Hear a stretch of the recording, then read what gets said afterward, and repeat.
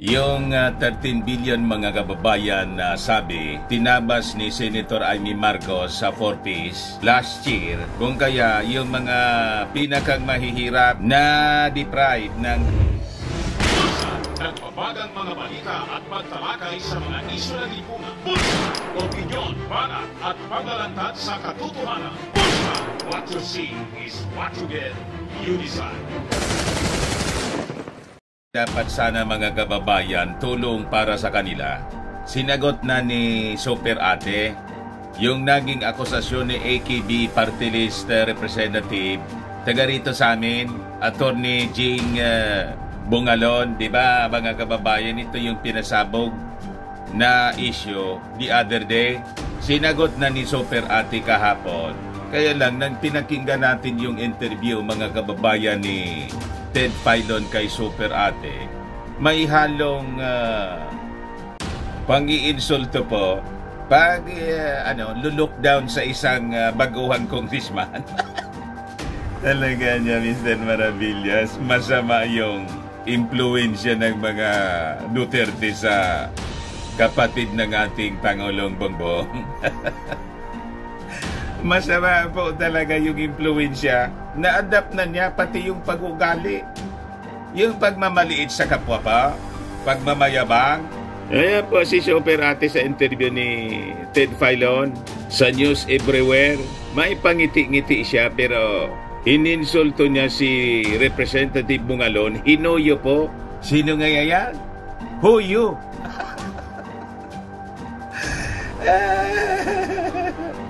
Talagang matuturn off nito yung mga Marcos loyalists. Naiiba siya, mga kababayan sa Pamilya Marcos, pati sa pag-ugali. Kaya tumitindi yung mga paniwala ng iilan na baka niya si Senator Amy. Hindi pure Marcos. Diba may mga chismis noon na iba man niya yung ama ni Amy Marcos? Na-adapt na niya yung pag-ugali ng mga Duterte na mapagmataas. May kasabihan pa naman tayo mga kababayan, di ba? And it is biblical. He who exalts himself, sabi sa Bible, shall be humbled. Ang mga nagmamataas daw ay binabagsak. At ang mga humble na tao, yun ang tinataas ng ating Panginoon. Yun ang sabi po sa Bible. But before ko mga kababayan ibigay sa inyo yung full story, click subscribe muna dito sa ating YouTube channel and hit the notification bell para lagi po kayong updated sa mga kaganapan dito sa ating bansa. Like and share na rin po ninyo ng ating video at huwag na rin po ninyo na skip yung ating mga commercial ads para tuloy-tuloy lang ang pag-unlad ng bagong Pilipinas. Sa mga naghahanap ng malinis and spacious fitness gym, punta lang po kayo sa aming Colossal Fitness Gym. We also offer Grab Car Rental with our brand new 2023 model ng Toyota Innova. We also accept booking for those who are planning to travel via PAL, Cebu Pacific, and other airline companies, local and international. And bills payment for Meralco Bills, Aleco Bills dito sa Albay, PLDT, etc. Kahit saang bansa po kayo gusto na mag-travel, pwede na kayo mag-online booking dito po sa amin, sa office. Pati sa mga hotels, nagbo-booking po kami. May Paymaya kami, may bayad center na rin po dito sa office. Ang Colossal Fitness Gym is located at 3rd floor, Security Bank Building, Landco Business Park, Legazpi City, Albay. For inquiries, look for Jilon Maravillas, contact number 0966-802-0949. Ito yung aming Innova po. Lagi nang matao sa amin. Na-set up na rin yung aming mga gym equipment. May treadmill na rin po kami. Ito naman po yung bago naming product na binebenta. iGlow Serum, whitening siya. Negosyo ng aking anak na architect entrepreneur, Riz Maravillas. Tingnan ninyo yung epekto sa kanya before and now. Sa mga inquiries, contact nyo na lang po siya sa kanyang FB, Riz Maravillas. Ito naman po, Firmax Firming and Lifting Cream. pinapahid po sa mga pulses and affected area. Mainam po sa paninigas ng mga kasukasuan, pati mga pains. Pahid-pahid lang po siya sa mga pulses and affected area. Ito naman po, Utomax Radiant Serum, anti-aging po siya. Sa mukha naman yung application. You will look 10 years younger than your age. Sa mga cancer patients naman po, itry lang po ninyo ito. Ningxia Red Mixed Fruit Drink. Hindi man po siya gamot, food supplement siya. Kaya lang, gawa siya mga kababayan sa goji berry. Yung goji berry may anti-cancer properties. Ayos pa, yung mga inquiries ninyo, dumiretso na lang kayo sa aming messenger sa Facebook para masagot namin agad. Ayos pa, ayos na niya Mr. Maravillas. So, ibigay ko muna sa inyo yung issue po. Ito yung naging expose noong isang araw ni Ako Bicol Party List Representative Congressman Raul Gil Bungalon. Bata pa naman talaga ito at bago na congressman. Tama man yung sinasabi ni Super Ate na bago siya. Pero kung ihuyo mo, di ba? Pang-iinsulto po. Yan, sinabi ni Super Ate. Sino niya yan? Sino yan? Huyo. Di ba? Kahit po sabi natin hindi pa ito masyado kilala, may karapatan siya bilang congressman na kahit nga po hindi congressman, ordinary yung mga mamamayang Filipino, lalo yung mga members ng 4Ps, na ang sabi, na-deprive ng dapat tulong para sa kanila kasi tinabas ni Super Ate. So, any one of us, mga kababayan, has the right to question the senator. Lalo, ang pagiging senador, mga kababayan, hindi ka man maging senador, di ka binoto ng mga mamamayang Filipino. Ang Supreme po, the masters, mga kababayan, are the Filipino people. Itong mga senador, kahit yung presidente po, they are our servants. Yun siguro ang nakalimutan ni Super Ate kasi Marcos siya daw. Nalihi sa tamang pag-ugali po. Hindi man po mayabang ang mga Marcos. Kahit yung tatay niya, hindi mo marinig ng ganong pananalita na paglo-lockdown po sa kapwa. Kaya lang talagang pag na-impluwensya ng mga masasamang loob. Lumalabas mga kababayan sa isang pamilya talaga yung sabi nga, black sheep.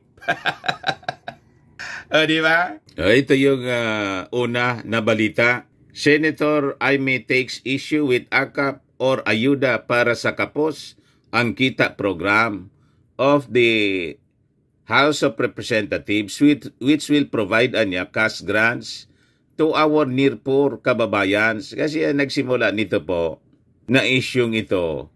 Si Super Ate, ang ugat nito yung Chacha People's Initiative na yung pera daw sa AKAP ginagamit po para isulong yung Chacha pang-sohol sa mga tao sa People's Initiative. Pinaliwanag po mga kababayan ng Congress, pati ng DSWD, ni kusingan niya, ni isang sintabo, wala pa man anyang nagagamit yan.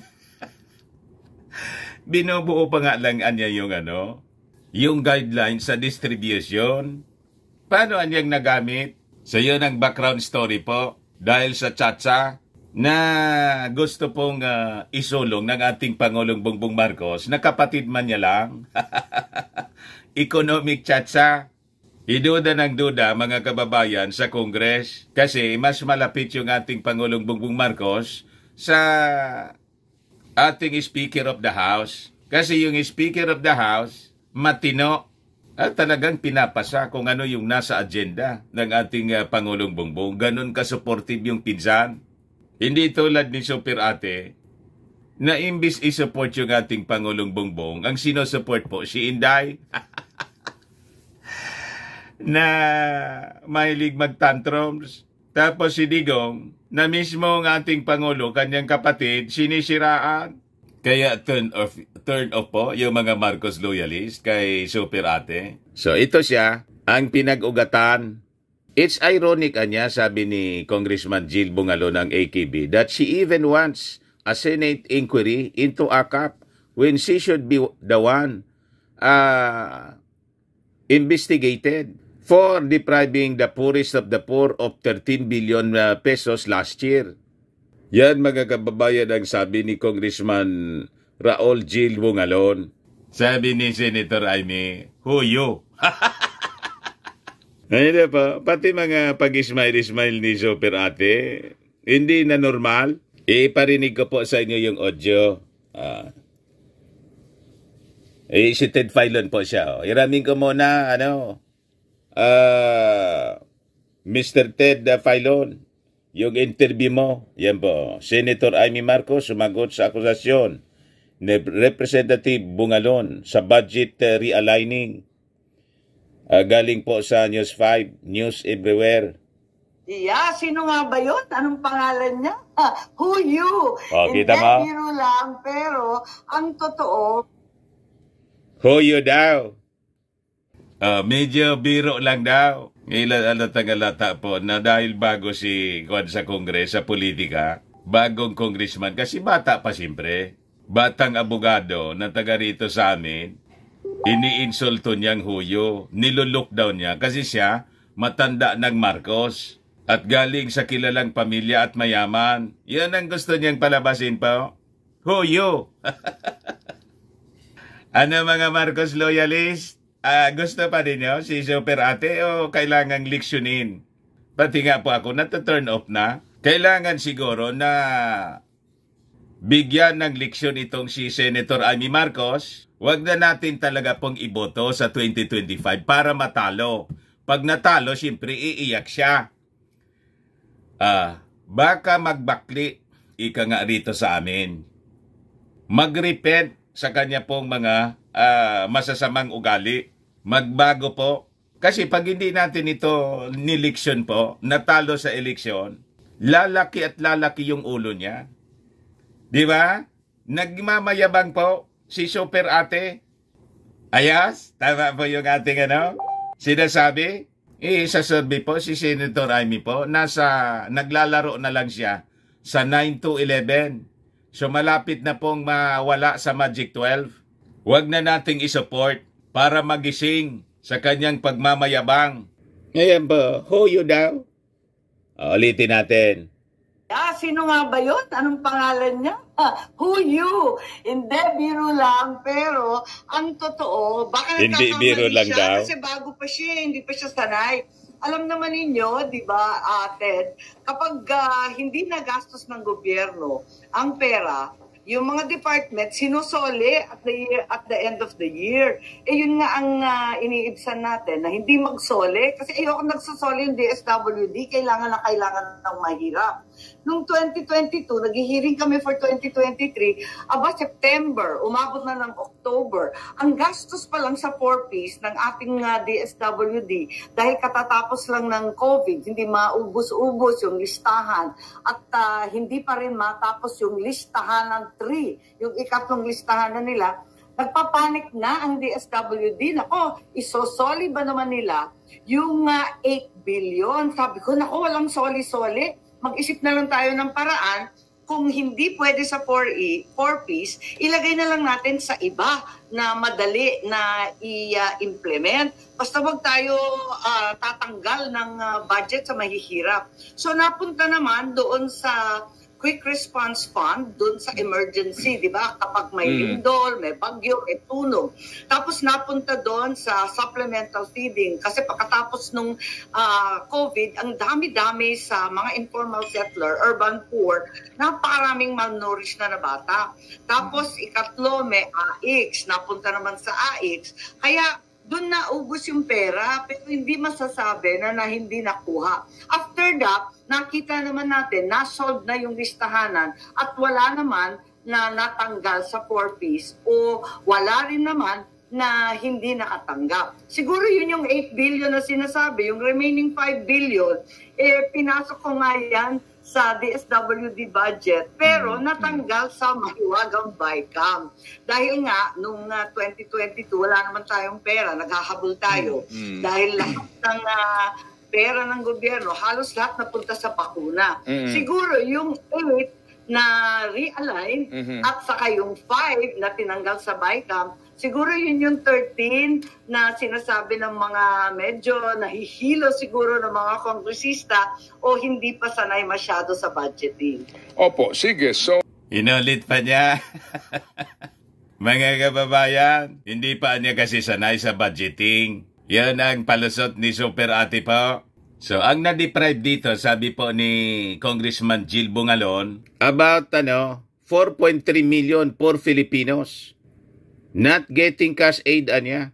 Bungalon said the 4.3 million Filipinos amounts to almost 900,000 households who did not get assistance through 4Ps because Marcos supposedly redirected 13 billion to another social amelioration program. Dinaibet ni Super Ate. Yung sinasabi niyang AX, kung saan doon nilagay yung pondo po, yung tinabas, pag nagdi-distribute po ng AX, laging kasama si Super Ate. Alam na. Diba? Tingnan ninyo doon sa kanyang page na IB Solusyon. Lagi siya nag-iikot sa buong Pilipinas din gamit na front yung distribution ng AX. Ayan, inadmit niya doon sa kanyang sa interview sa kanya ni Ted Filon. Kaya sabi ni Jill Bungalon, kini-question niya yung akapan niya na tulong yun sa mga kapos na manggagawa. Isian niya yung dapat imbestigahan. Dinadbet niya yung pera. Kinat niya. Tinabas yung 13 billion. Na-deprive tuloy niya yung mga pinakang mahihirap nating mga kababayan na members ng 4Ps. Ayon. So, dito niya dinala. Diba? Page niya ito.